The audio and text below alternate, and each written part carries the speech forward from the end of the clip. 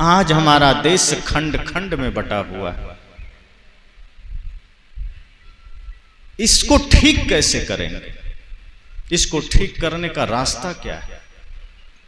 अपने अपने मिथ्या बलाभिमान को त्याग कर, वर्णाभिमान को त्याग कर, विद्याभिमान को त्याग कर, क्योंकि कुछ अभिमान ऐसा है जो आदमी जन्म से लेकर के उस पर चढ़े रहता है। किसी के पास बल है तो उसी घमंड में रहता है, किसी के पास AK-47 है तो मौत से भी नहीं डरता, सोचता है मौत का भी सामना कर लेंगे।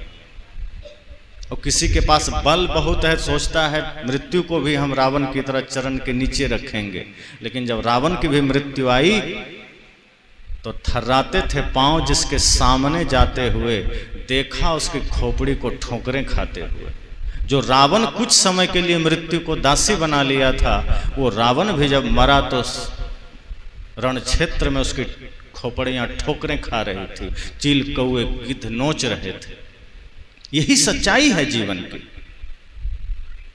तो किसी के पास बल अधिक है, वो अपने बल में इतना घमंड कर लेता है जैसे मैं सदा रहने वाला हूं, फिर वो छोटे को कुछ समझता ही नहीं है, अपने से कमजोर को कुछ समझता ही नहीं।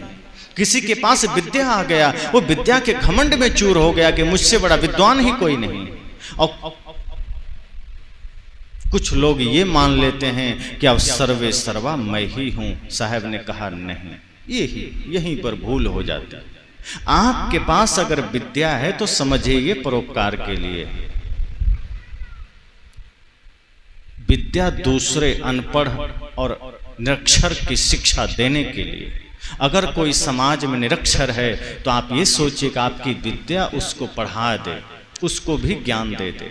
आप इतने सरल भाव से अपने विद्या का प्रयोग निरक्षरों पर कीजिए, अनपढ़ों पर कीजिए कि वो भी पढ़ लिख ले। अगर बल है तो अपने बल का प्रयोग असहायों पर कीजिए। धन है तो आप अपना धन का प्रयोग गरीबों पर कीजिए। ज्ञान का प्रयोग कीजिए। लेकिन जैसे ही ज्ञान आया हम घमंड से भर जाते हैं, विद्या आई हम घमंड से भर जाते हैं। रूप का घमंड है, धन का घमंड है, बल का घमंड है। लेकिन सद्गुरु कहते हैं कि जिसके पास सच में बल है, जिसके पास सच में विद्या है, जिसके पास सच में ज्ञान है, सच में रूप है, वो कभी घमंड नहीं करता, बल्कि धरती पर उससे विनम्र तो कोई होता ही नहीं। वो सबको गले लगाता है। और इसका उदाहरण आप हनुमान जी को देखिए।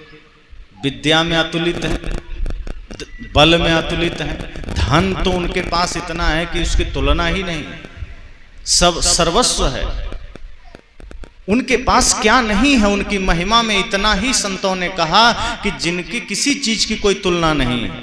और विनम्रता में देखिए, उनसे ज्यादा विनम्र खोजना मुश्किल है, उनसे ज्यादा भक्ति भाव वाला व्यक्ति खोजना मुश्किल है। सदगुरु कबीर कहते हैं, जब हमारे भीतर का सारा झगड़ा मिट जाता है, मन वाणी इंद्रियों का हम स्वामी हो जाते हैं, तो हमारे भीतर से सारा अहंकार चूर हो जाता है। लेकिन ये होगा कैसे? इस संतों के संग से संभव है। और संत कैसा चाहिए?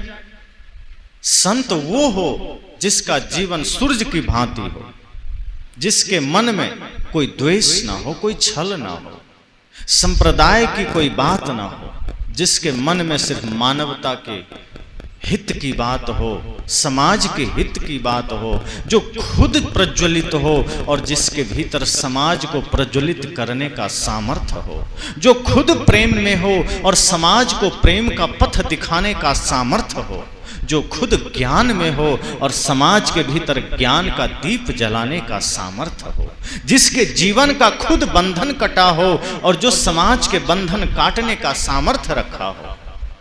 जब हम ऐसे दिव्य संतों का संग करते हैं तो जीवन में दिव्यता आती है। और ये बात राम जी सबरी से कहते हैं, प्रथम भक्ति संतन कर संगा, दूजे ममृति कथा प्रसंगा। सबरी ने कहा, प्रभु कुछ तो बताइए क्या करें? राम जी ने कहा, चिंता मत करो, संतों का संग करना। राम जी ने कहा, संतों का संग करना, तब मेरी भक्ति में मन लगाना। पहले तो संतों का संग करना, क्योंकि संत ही हैं जो तुम्हें राम से परिचय कराएंगे, संत ही हैं जो तुम्हें खुद से परिचय कराएंगे। वरना इस समाज में तो बहुत से लोग ऐसे हैं जो भटकाने वाले हैं, और वहां आपको भीड़ तो दिखेगी, लेकिन ये भूल से मत ये जान लीजिएगा कि वहां सत्य का सौदा है, वहां झूठ का सौदा हो रहा है। जहां झूठ का सौदा है, अगर वहां चले गए तो भ्रमित हो जाएंगे, क्योंकि जहां सच्चाई होगी वहां आपको तपस्या बताई जाएगी, जहां सच्चाई होगी वहां आपको कर्म योग की शिक्षा दी जाएगी, जहां सच्चाई होगी वहां धूप दीप अगरबत्ती से मोक्ष मिल जाएगा, ये बात नहीं बताएंगे। पूजा आरती तो एक आस्था का विषय है, आप करते हैं, क्षण भर के लिए मन शांत होता है, लेकिन असली यज्ञ तो है आपके मन का पवित्र हो जाना, असली तीर्थ तो है आपके चरित्र का सुंदर हो जाना, असली ज्ञान तो है कि मनसा वाचा कर्मणा आपका जीवन धर्म परायण हो जाना। और जो संत आपसे कहता है माता पिता गुरु की सेवा करो, जो संत आपसे कहते हैं समस्त सृष्टि में राम का ही भाव करो, समझ जाना वही सच्चे संत हैं। और जो कहे कि नहीं पाप करना है तो करो, माता पिता से झगड़ा करना है तो करो, भाई से करना है तो करो, गाली देना है तो दो, बस एक बार ओम नमः शिवाय कह दो बेड़ा पार हो जाएगा, समझना एक नंबर का धूर्त है, सही नहीं है।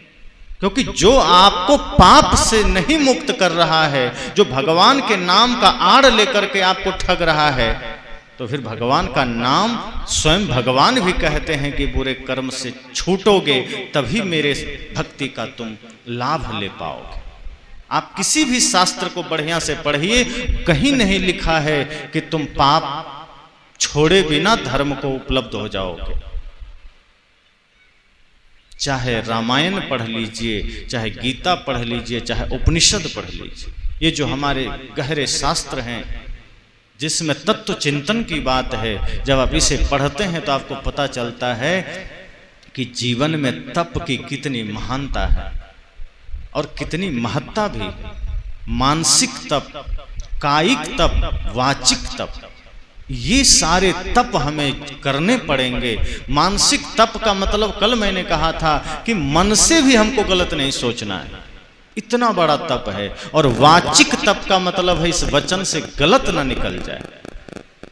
आप सोचिए, ये शरीर परमात्मा का बनाया मंदिर है, आपने जो मंदिर बनाया आप उसकी स्वच्छता का ध्यान रखते हैं, आपने जिस मंदिर का निर्माण किया आप उसकी भव्यता का ध्यान रखते हैं, और जिसे स्वयं परमात्मा ने बनाया आप इसको कूड़ादान बना दिए। सोचिए, जो मंदिर आपने बनाया है, मैं नहीं कहता कि वहां गंदगी कर दीजिए, आप उसको भी साफ रखिए, दिव्य रखिए, वहां बैठिए 10 मिनट ध्यान लगाइए, लेकिन जरा सोचिए कि आप जिस मंदिर का निर्माण किए वहां जाकर के आप अगरबत्ती जला रहे हैं, और जिस मंदिर को स्वयं परमात्मा ने बनाया है, जिसे ऋषियों ने कहा देह देवालय स उच्यते, यह देह ही देवालय है, ये देह ही शिवालय है, जिसे स्वयं परमात्मा ने बनाया, इसमें आप क्या कर रहे हैं? जिसे आपने बनाया वहां अगरबत्ती जला रहे हैं, जिसे स्वयं भगवान ने बनाया वहां बीड़ी जला रहे हैं। ये ना समझी नहीं तो और क्या है। जिस मंदिर को आपने बनाया वहां मिश्री और बतासा चढ़ा रहे हैं, और जिसे स्वयं परमात्मा ने बनाया वहां आप खैनी और गुटखा चढ़ा रहे हैं। जिस मंदिर को आपने बनाया वहां गंगा जल और दूध चढ़ा रहे हैं, जिसको स्वयं परमात्मा ने बनाया वहां शराब चढ़ा रहे हैं। तो मैं कैसे मान लूं कि आप परमात्मा के सच्चे भक्त हैं? आप अपनी बनाई कीर्ति पर तो सब कुछ ठीक ठाक कर रहे हैं, जिसे स्वयं परमात्मा ने बनाया आप उस मंदिर को कबाड़खाना बना दिए। एक अनुभव कीजिए, आप पालथी मार कर बैठते हैं ना, तो ये पालथी आपका चबूतरा ही तो बन जाता है मंदिर का। जैसे मंदिर में चबूतरा होता है तो आपका ये पालथी भी चबूतरा है, और ये जो धड़ है, ये भाग, ये मंदिर का कमरा है, और ये सिर मंदिर का गुंबज है, आंख नाक कान इसकी खिड़कियां है, मुख इसका दरवाजा है। अब ये मुख मंदिर का द्वार है, कितना पवित्र होना चाहिए, क्योंकि इसी से तो परमात्मा का आगमन होगा, इसी से तो हम नाम लेंगे। लेकिन इस मुख को पवित्र करना था, वचन से भी भोजन से भी हमने इसे इतना गंदा कर दिया कि बाजार का कूड़ादान फेल है। बाजार में 2 कूड़ादान लगाए जाते हैं, गीला कचरा के लिए, सूखा कचरा के लिए, और हमने मुंह को दोनों बना दिया, गीला सूखा सब एक में डाल रहे हैं, गुटखा डाल रहे हैं, पुड़िया डाल रहे हैं, मांस डाल रहे हैं, शराब डाल रहे हैं, ये सब हमने मुंह को ही बना दिया है। जिस मुख से प्रभु का नाम लेना था, जिस मुख से राम का नाम लेना था, जिस मुख से मीठे वचन बोलना था, उसको हमने कबाड़खाना बना दिया। आपने भजन सुना है ना, तुमने आंगन नहीं बुहारा, कैसे आएंगे भगवान, कैसे आएंगे भगवान। अब तक गंदा पड़ा दुआरा, अब तक गंदा पड़ा दुआरा, कैसे आएंगे भगवान, कैसे आएंगे भगवान। एक आदमी ने कहा आंगन में तो झाड़ू लगा दिए, कहा आंगन में नहीं, ये हृदय रूपी आंगन में की बात है। आपका हृदय अपवित्र है। हृदय रूपी आंगन में जब आप ज्ञान का झाड़ू लगा देंगे, तब इस हृदय में प्रभु का निवास होगा। लेकिन आज सबसे बड़ा छल क्या चल रहा है, आपके इस हृदय में राम का निवास होना था, तो यहां आपने रावण का निवास कर दिया और राम जी को उठाकर घर के बाहर किसी मंदिर में डाल दिया।